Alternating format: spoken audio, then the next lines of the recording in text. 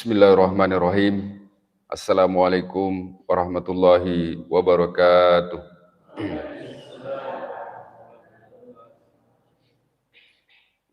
Alhamdulillah. Alhamdulillahi rabbil alamin. Wassalatu wassalamu ala asyrafil anbiya'i wal mursalin wa ala alihi wa ashabihi wa man tabi'ahum bi ihsanin ila yaumiddin. Bapak-bapak, ibu-ibu, sini tomo-tomo lebih kong kehadire para hadirin jamaah salat subuh yang semoga dirahmati dan dimuliakan oleh Allah Subhanahu wa taala. Pertama-tama kita bersyukur kepada Allah Subhanahu wa taala, syukuruki lau di pengallahu taala karena pada subuh hari ini alhamdulillah kita diberikan petunjuk pamasena pengallahu taala kamana ki pasilin nerangi sumpah jata pakisiwata lau di pengallahu taala. Itu semua adalah merupakan bentuk kasih sayangnya Allah. Karena Allah cinta sama kita, Allah sayang sama kita. Sampai Allah memilih kita, napileiki pengallahu ta'ala. Engka dia onrongi ye. Onrong kami nama lebih dia se'na linoy. Jadi masjid itu jamaah sekalian adalah merupakan tempat yang paling dicintai oleh Allah Subhanahu wa ta'ala. Jadi orang-orang yang masuk masjid, ini ye, insya Allah, ini napa orang kita lah orang yang paling dicintai oleh Allah Subhanahu wa taala. Nasabah pada di mana nama tama di masjid. Jadi orang yang masuk masjid itu Bapak Ibu sekalian adalah orang-orang pilihan. Tidak semua orang bisa masuk masjid. Hanya orang-orang yang mendapatkan petunjuk dari Allah Subhanahu wa taala. Ya. Oleh karena itu kita banyak bersyukur kepada Allah dan berusaha untuk menjaga amalan kita ini. Ya. Tomo-tomo melebiku bapak-bapak ibu-ibu yang sudah mungkin yang sudah berumur, yang sudah apa istilahnya? Senior. Ya, patut bersyukur karena di masa-masa tua ini masih mendapatkan petunjuk. Nah, kita ini yang muda-muda, ya nasabah mega mopa anak muda kalau dibandingkan dena siaga anak muda, dibandingkan tomatuai. Ya roi kapan anak muda nasengah, ya mita mopa. Tomatuai naseng ya lona lisu pamasina, dena mitana, jadi harus kima sumpah aja. Ya tahu si anak muda naseng, wah mita mopa ya. Dia pamatu piu sadar. Ya padahal tidak seperti itu. Ya dia seng ajal dengan biseng. Namanya ajal itu tidak ada yang tahu. Dan masing-masing kita memiliki beban yang sama. Allah Subhanahu wa taala tidak membedakan antara anak muda dengan orang tua sebenarnya. Ya, selama dia sudah balik berarti sudah terkenai kewajiban.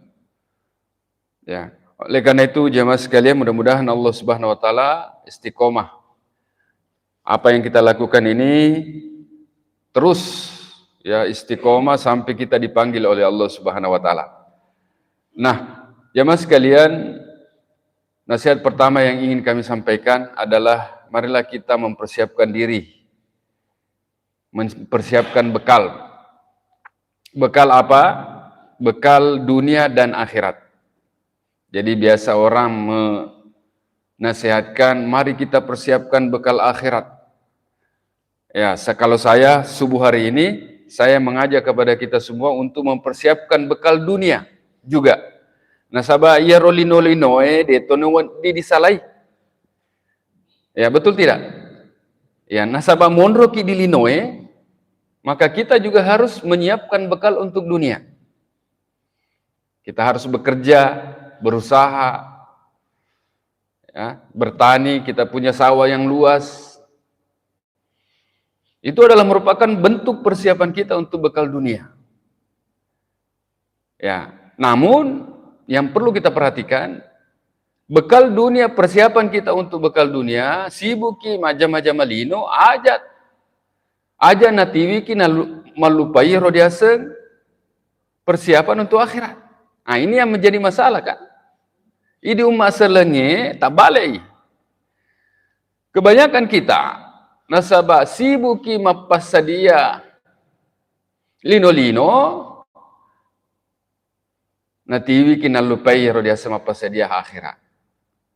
Padahal perintahnya kita sebagai seorang muslim adalah mempersiapkan bekal dunia itu penting. Dan disalahi. Tapi yang paling penting, yang lebih penting adalah bagaimana persiapan kita untuk akhirat. Betul tidak? Betul, ya. Namun dia kada betul moto. Nasabah dilalena kurang apa kera? Ya. Pernah sering dengar ayat ya? Wa tazawwadu fa inna khairaz zadi taqwa. Berbekallah kalian. Ya, bahasa ugina bekal agar dia seboko di tiwiki bokong, berbekallah kalian. Tiwiki waramparang. Ya, sesungguhnya sebaik-baik bekal adalah takwa. Perhatikan, ini perintah Allah Subhanahu wa taala untuk memadukan antara perkara dunia dengan akhirat. Jadi sebenarnya ayat ini berkaitan dengan jamaah haji. Biasa jamaah haji tahu agak di TV.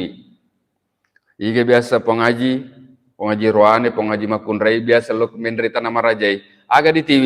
TV ini waju, TV ini dempo ya, Pak Nasabadian majara dempong kamu to balik rako biasa ya untuk umroh di hotel ya, ternyata ya luar biasa itu Mekah ya. Mekah itu kalau kita lihat tanahnya tidak ada di dulu kapat itu ya roda setanah-tanangi.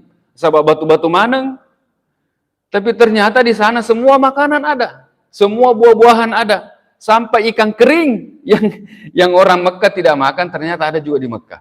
Nah, inilah mungkin berkah daripada doa Nabi Ibrahim alaihissalam. Dulu Nabi Ibrahim ketika membangun Ka'bah itu sudah berdoa kepada Allah Subhanahu wa taala, ya Allah jadikanlah negeri ini aman. Negeri yang aman, negeri yang sejahtera, yang Engkau berikan nikmat. Dan terbukti sekarang. Jadi ketika kita melaksanakan ibadah haji jamaah sekalian, yang kita persiapkan adalah pakaian, makanan, sebagai bekal untuk kita supaya kita, kenapa kita diperintahkan untuk menyiapkan bekal tersebut? Ternyata kata para ulama, kita diperintahkan untuk bawa bekal supaya tidak memberatkan orang lain. Supaya matu di lelenge, neraka wajumu, deka waju TV. Kan memberatkan namanya itu. Masa jamaah haji pinjam baju? Ya. Jadi kita bawa bekal. Untuk apa? Supaya kita pakai untuk beribadah. Tapi kata Allah Subhanahu wa taala, ya. Inna ya wa tazawwadu fa inna khairaz zadi taqwa. Berbekallah kalian dengan dunia, berbekallah dengan pakaian, dengan makanan. Sesungguhnya sebaik bekal adalah takwa. Ya, jadi Allah Subhanahu wa taala memerintahkan kepada kita persiapan kita dengan dunia jangan sampai membuat kita lupa kepada persiapan yang lebih penting, yaitu persiapan takwa. Persiapan akhirat. Oleh karena itu jamaah sekalian, ya, kami datang ini biker subuhan pemotor-motor, ya.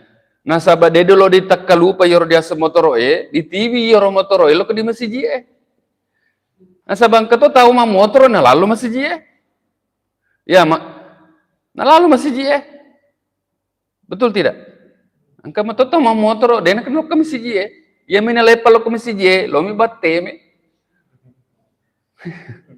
ya dena apa kro ba ka tahu tapi dena aku mana. Engkau tahu lo ke masjid, lepas di masjid, masya Allah, tapi lo ke bati dia nak tamat di masjid ya makanya ya mudah-mudahan Allah Subhanahu wa taala memberikan petunjuk kepada kita. Ini iya dialah syukur ini dibaikar subuhan nasabah, yede ini siaga ki masih bawa yede, alhamdulillah manakah di jam apa kau nasabah loki ya rodo lino tanah tiwi ki lo kemasanna di akhir amatu. Kami ingin motor-motor kita itu membawa kita semakin dekat kepada Allah Subhanahu wa taala. Kami tidak ingin motor itu membuat kita lupa. Jangan sampai nikmat yang diberikan oleh Allah Subhanahu wa taala Ini membuat kita lupa kepada Allah. Iga malaki penyama yede. Siapa yang berikan kita nikmat? Allah. Siapa yang berikan kita sawah? Semua yang ada di hadapan kita ini adalah Allah Subhanahu wa taala. Jadi jangan sampai dengan dunia ini justru kita membuat kita jauh dari Allah Subhanahu wa taala. Ini tuh sih rupa tahu ya. Kebanyakan begitu. Wah, tuh biasa digaga tinulu. Sumpah ya Allah, berdoa, ya Allah. Ya. Turunkanlah rezekimu kepada aku. Sesena pole ya rodo. Dalle. Wah, dia kena. Dia lupa kepada Allah. Ya, dia kena rampe-rampe. Senaka runtuh dalle nase. Alhamdulillah. Ya maka namo to alhamdulillah, tapi nase ye de dalle nasaba iya melesi majama. Iya mato jago mabalu. Sebagian kita seperti itu. Ketika kita mendapatkan rezeki, kita seakan lupa bahwa apa yang kita dapatkan itu adalah merupakan nikmat dari Allah. Kita mengakui bahwasanya nikmat ini kita dapatkan hasil dari usaha kita sendiri. Inilah yang disebutkan di dalam Al-Quran. Ada namanya korun. Desa korun. Biasa yang kelinga deh. Korun itu dulu adalah orang yang baik, soleh. Metinulu masung pajang. Korun ini disebutkan oleh para ulama tafsir adalah masih kerabat dari Nabi Musa alaihissalam. Sajinna Nabi Musa. Ada yang mengatakan sepupunya, ada yang mengatakan amurena. Pokoknya kerabatnya Nabi Musa. Dulu itu Korun sebelum tidak punya, ketika sebelumnya belum punya harta. Dia rajin sholat. Orang soleh. Toma tepe. Dia berdoa, ya Allah turunkanlah nikmatmu, jadikanlah aku orang kaya. Berdoa terus. Akhirnya diberikan nikmat oleh Allah Subhanahu wa taala. Dia orang parang. Boleh dalle. Tapi ternyata apa yang terjadi? Rezeki yang dia dapatkan itu membuat dia lupa kepada Allah. Dia mengatakan, wah ini adalah hasil usaha saya sendiri. Ya mato malesi. Ya mati nulu ka. Ya apa mati nulu ka. Ya. Dan dia boleh Allah taala bukan dari siapa-siapa. Tapi harta ini saya peroleh karena hasil usaha saya sendiri. Akhirnya datanglah azab dari Allah Subhanahu wa taala. Korun dibenamkan di lembah ini, di lelena tanah bersama dengan waramparana. Itulah sebabnya sekarang maka kekongka barang-barang berharga poli tanah dia maka di harta korun. Nataro egana yura na korun. Ya meskipun belum tentu anunya korun itu ya. Asamnya maka di harta korun. Ini potret bagi orang yang dengan dunianya membuat dia lupa kepada Allah. Tapi ternyata ada juga orang-orang yang diberikan nikmat dunia tetapi dia semakin taat kepada Allah. Siapa itu? Ada namanya Nabi Daud. Nabi Daud. Nabi Sulaiman. Nabi Daud dan Nabi Sulaiman ini diceritakan di dalam Al-Quran. Kata Allah Subhanahu wa taala, ya, wa wahabna li Daud Sulaimana ni'mal abd. Wa wahabna li Daud Sulaimana ni'mal abd. Innahu awwab. Dan sungguh kami karuniakan kepada Nabi Daud dan Sulaiman sebagai sebaik-baik hamba. Sebaik-baik hamba, orang hamba yang paling baik. Kenapa dia menjadi hamba yang paling baik? Karena dia selalu patuh kepada Allah Subhanahu wa taala. Kalau kita lihat jamaah sekalian, Nabi Daud dan Nabi Sulaiman ini semua dia kuasai. Belum pernah ada raja, belum pernah ada presiden yang seperti dengan Nabi Daud dan Nabi Sulaiman. Nabi Daud dan Nabi Sulaiman itu menguasai bukan hanya manusia, tapi dia kuasai semua. Namun kalangan jin yang tidak kelihatan itu. Setan, ya, burung-burung, binatang, manusia, naparenta mana, bahkan angin juga dia perintah. Coba bayangkan. Nabi Daud dan Nabi Sulaiman ini menguasai semua makhluk Allah Subhanahu wa taala, dia perintah semua, tapi dengan kekuasaan itu dia tidak membuat dia lupa kepada Allah Subhanahu wa taala. Bahkan sebaliknya, dia jadikan kekuasaan itu sebagai sarana untuk semakin taat kepada Allah Subhanahu wa taala. Masya Allah. Yang naro diasang ini, alhamdulillah, alhamdulillah. Ini dia dilalan nama siji mat tentu nih insyaallah karena modal lata iya piro sebagian ini sulu serta ya rotak lupa ya. Nah, ya naro maka ketugas ta ini. Jadi biasa sebenarnya kuma ceramah ki ya biasa di mana ki Pak? Ya ro diceramah justru to masjid. Sebenarnya lo diceramah ya ro terus diselibangi deh di apa roh. Ya biasa masjid ke sana masih apa? Tuh masuk pajamana lo diceramai. Mesti yang diceramai itu adalah yang tidak sholat. Makanya kenapa kita sampaikan seperti ini sebagai motivasi buat kita. Makanya tugas kita sekarang jamaah sekalian ini pada tomatua lebih kung kahadere ini kan tomatua ki ini tosi senior. Maka ke tugas ini na merah tuh ini na perintah tuh ini na kita lah yang mengarahkan anak-anak kita sekarang bagaimana mereka juga bisa ingat kepada Allah Subhanahu wa taala. Tapedangi ya roto diselewengi namo magam be. Dega jago yer dilinoi, dega jago. Namo maga jagomu. Capana yer dioloh ya aro capane. Makanya tadi di situ teman-teman singgah di situ di depan Masjid Ar-Rahmah. Maka kautannya tuh Pak Makade yer masjid di lona kompleks perumahan. Ternyata kompleks perumahan pekuburan. Jadi itu kompleks perumahan itu Pak. Nanti kalau kita sudah meninggal di situ perumahan tak. Ya. Namun maga bolata lopona matingkap itu capa nama pekemotor matu di Ondroy. Tidak ada yang kita bawa jamaah sekalian selain daripada amalan soleh kita. Makanya disebutkan dalam hadis ya, kalau mayat itu diantar kalau mayat itu dibawa ke kuburan ya rodiase tomate ditiwi matu di kuburan yang ketelu na tiwi. Apa itu? Keluarganya. Kemudian hartanya. Yang ketiga amalannya. Sampai di kuburan diantar oleh 3 hal itu. Tapi setelah dikuburkan nanti hanya satu yang akan bersamanya. Apa itu? Amalakna. Ya rodo keluarga, nah tidak mungkin. Puji kisi laki kulem tona si bola laki. Kung kagam apa karo? Lihat gitu. Ya begitu juga ada seorang suami yang sangat cinta sama istrinya. Puji lada kasih bineku lemak tona si babineku. Ya, si Minggu si Ulang. Uteri pura robotis sih. Tapi yang kamu tahu deh kasih. Tapi sebenarnya kan tidak dilarang.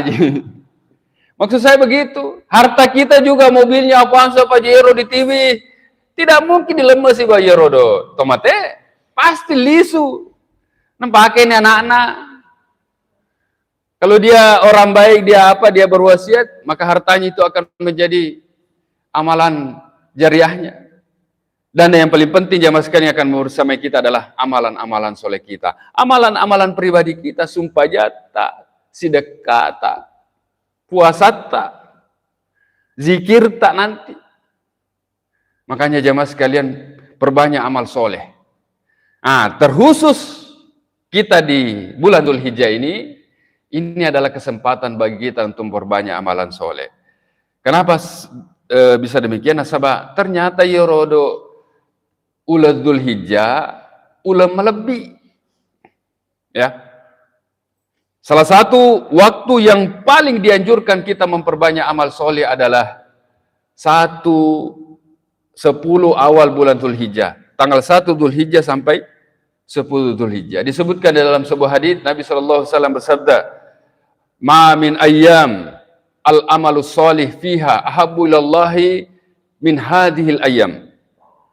Tidak ada amal soleh yang lebih dicintai oleh Allah Subhanahu wa taala daripada amal soleh yang dilakukan pada hari-hari awal bulan Dzulhijjah, yaitu 1 sampai 10. Jadi siapa yang melakukan amalan soleh ya pada bulan Dzulhijjah, awal bulan Dzulhijjah, itu adalah amalan soleh yang lebih dicintai oleh Allah Subhanahu wa taala daripada amalan-amalan soleh yang dilakukan pada hari-hari yang lain. Makanya para sahabat bertanya, tidak juga jihad ya Rasulullah, wala jihad fisabilillah ya Rasulullah? Ya, kata Nabi SAW, sampai jihad fisabilillah. Orang yang berjihad fisabilillah itu akan dikalahkan oleh amalan solehnya orang-orang yang beramal soleh pada 1 sampai 10 Zulhijjah, kecuali illa rajulun kharaja bi nafsihi wa malihi wa lam yarji'u ya bi syai'in, kecuali ada orang yang keluar berperang, berjihad, karena ini adalah puncak agama kita, berjihad, berperang, dan tidak ada yang kembali darinya, mate toni, capu toni warang perana. Inilah jihad yang paling tinggi, yang tidak ada amalan yang melebihi ini. Berperang, membela agama Allah Subhanahu wa taala, dan tidak ada yang kembali ya mate toni, de toni ga warang perana. Itu saja yang kalai amalannya orang-orang yang dilakukan pada bulan Dzulhijjah. Oleh karena itu jamaah sekalian, sebagai papasa untuk rialeku, untuk tomo-tomo lebih kong hadir, mari kita manfaatkan awal-awal bulan Dzulhijjah ini dengan memperbanyak amalan soleh. Apa amalan-amalan yang dianjurkan? Yang pertama adalah memperbanyak zikir.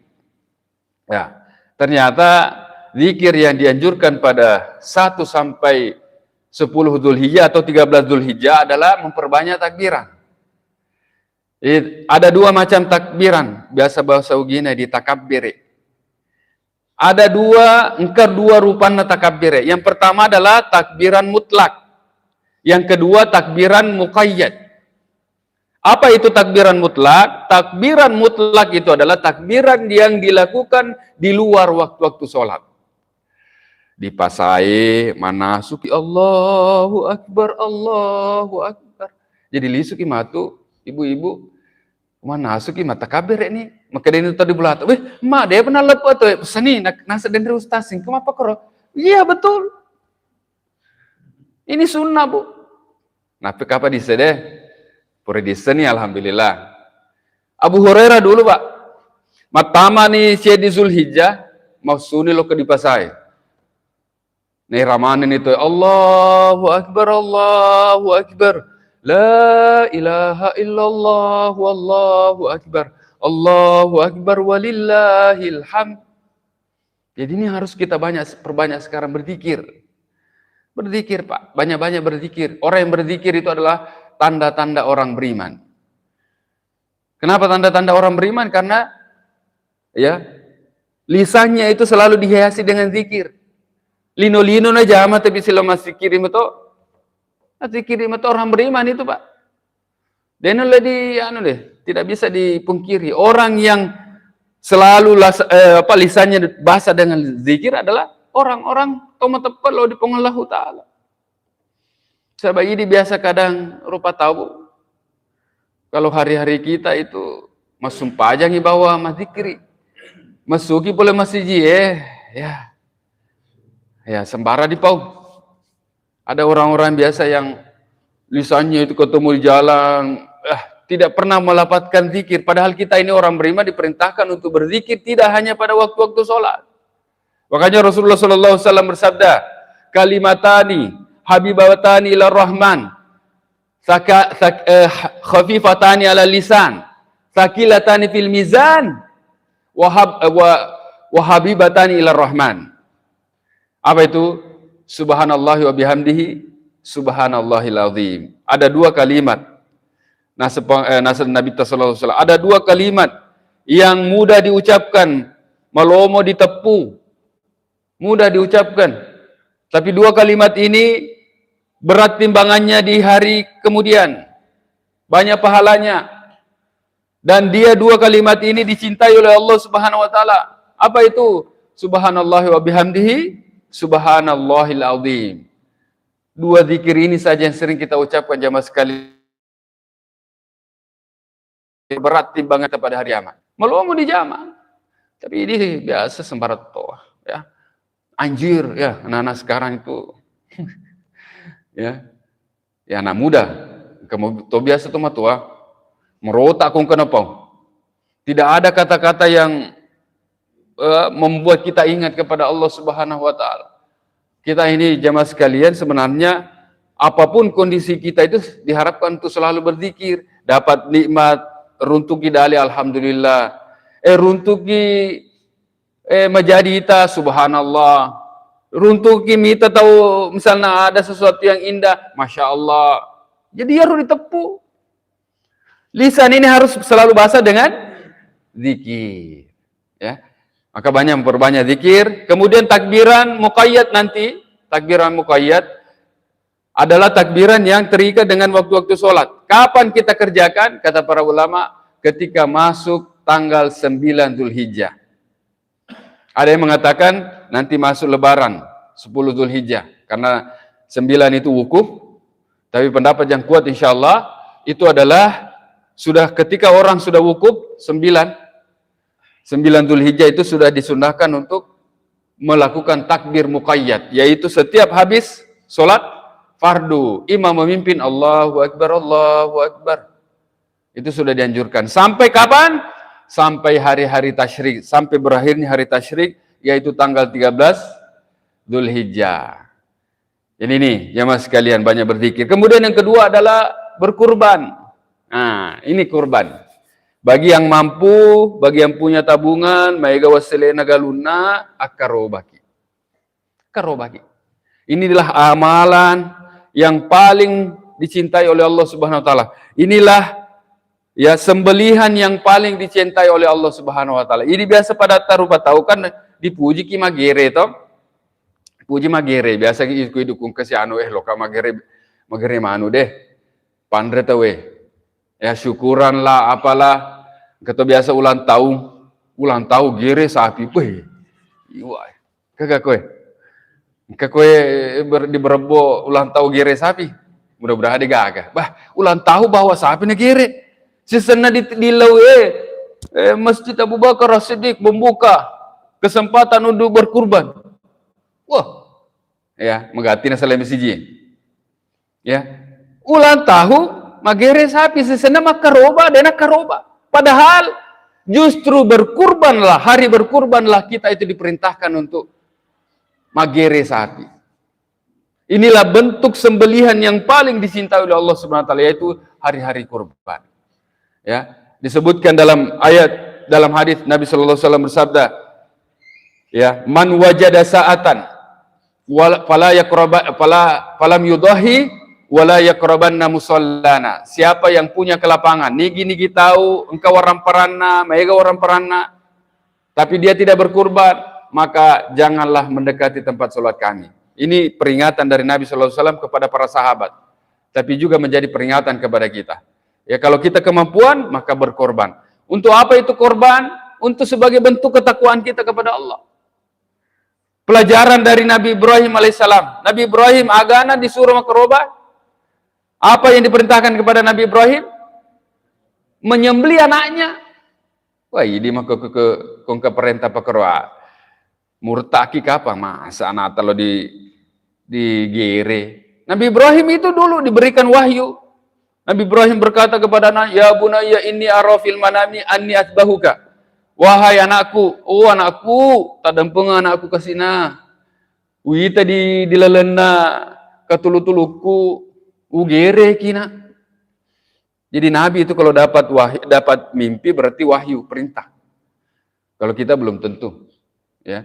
Kalau Nabi dapat wahyu itu melalui, salah satunya melalui mimpi. Kuliah kita di malam na dalam mimpiku kugere kina. Maka dini anak-anak agan asang anak-anak maka deh. Ijame pak. Dena kedan anak maka deh. Wah, jangan kapok bapakku ya. Masa lo kan gere? Tidak. Ismail mengatakan, ya abati, ya if'al ma tu'mar. Kerjakan apa yang diperintahkan oleh Allah kepadamu. Satajiduni insyaallah minas syakirin, minas sabirin. Maka niscaya engkau akan mendapati aku sebagai orang sabar. Sabar akan kasih. Jame perintah Allah Ta'ala.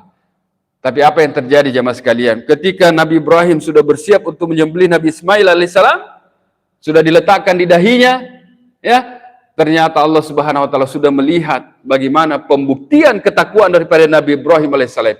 Pajai, selewi ya rodo anakmu mencaji bembe. Kalau bahasanya adalah domba yang gemuk, bembe, selewe. Karena sudah dilihat bahwa Nabi Ibrahim ini betul-betul ingin menyembelih anaknya sebagai bentuk ketakwaannya, maka kemudian digantilah dengan domba. Jadi sebenarnya sembelihan itu adalah merupakan bentuk ketakwaan kita kepada Allah. Dan ternyata berkurban itu jamaah sekalian bukan hanya bentuk ketakwaan, tetapi juga bentuk bagaimana kita perhatian sama orang. Nah, purani magere matu kan, agapi daging kan. Daging ini adalah makanan yang mewah, Pak. Tidak semua orang bisa makan daging. Daging sekarang 1 kilo berapa? 30 daging ke? Oh, digaga. Daging itu kurang lebih 300 ya kalau sekarang 1 kilo. Ya, Iga biasa beli daging. Mespuli, Pak. Nah, Allah Subhanahu wa taala menciptakan sebuah syariat yang mana dengan syariat tersebut orang-orang miskin bisa menikmati daging sapi atau daging kambing. Ya, ini adalah bentuk rahmat dari Allah Subhanahu wa taala. Ini menunjukkan bahwasanya dari ketakwaan kita kepada Allah Subhanahu wa taala, maka akan lahir kebahagiaan. Nareko dijama yoro perintahna pong Allah taala, iga neti masenang, iga masenang, pada ini mah masenang. Jadi ketakwaan itu akan melahirkan kebahagiaan pada diri kita. Masumpa aja kita ternaki, mengaji kita ternaki. Sebaliknya kalau orang berdosa, orang bermaksiat itu macawa-cawa bawang, tapi ternyata mereka itu tidak bahagia. Mereka merasakan sesak di dalam hatinya. Mereka tidak merasakan kebahagiaan hakiki.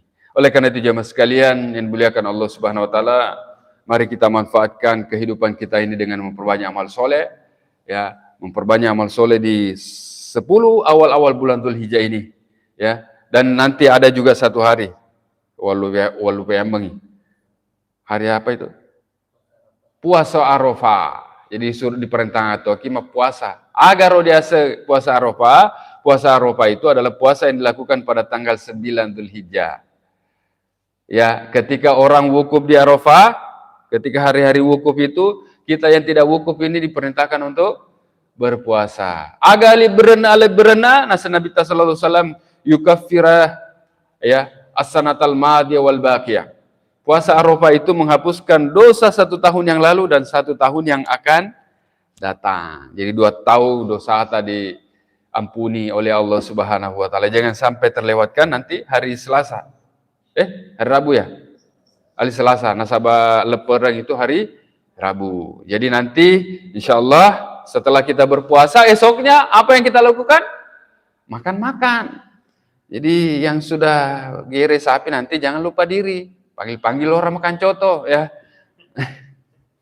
Maksud saya nanti hari Al-Lepereng itu Allah memerintahkan kita untuk makan-makan. Nikmati itu yang sudah kesembelih. Andre, akan. Sampai-sampai Allah Subhanahu wa taala memerintahkan kepada kita jangan berpuasa selama 3 hari 4 hari itu. Ya 10, 11, 12, 13 itu kita diharamkan untuk berpuasa. Hari-hari tasyrik namanya. Ya. Karena begitu Allah Subhanahu wa taala mengetahui kita ini suka makan. Makanlah, tapi jangan berlebihan. Karena kalau berlebihan nanti stroke. Ini aja megalade di Andre ya. Masuk tapi jaja taliwa nasaba aga itu ku taliwai bahaya moto.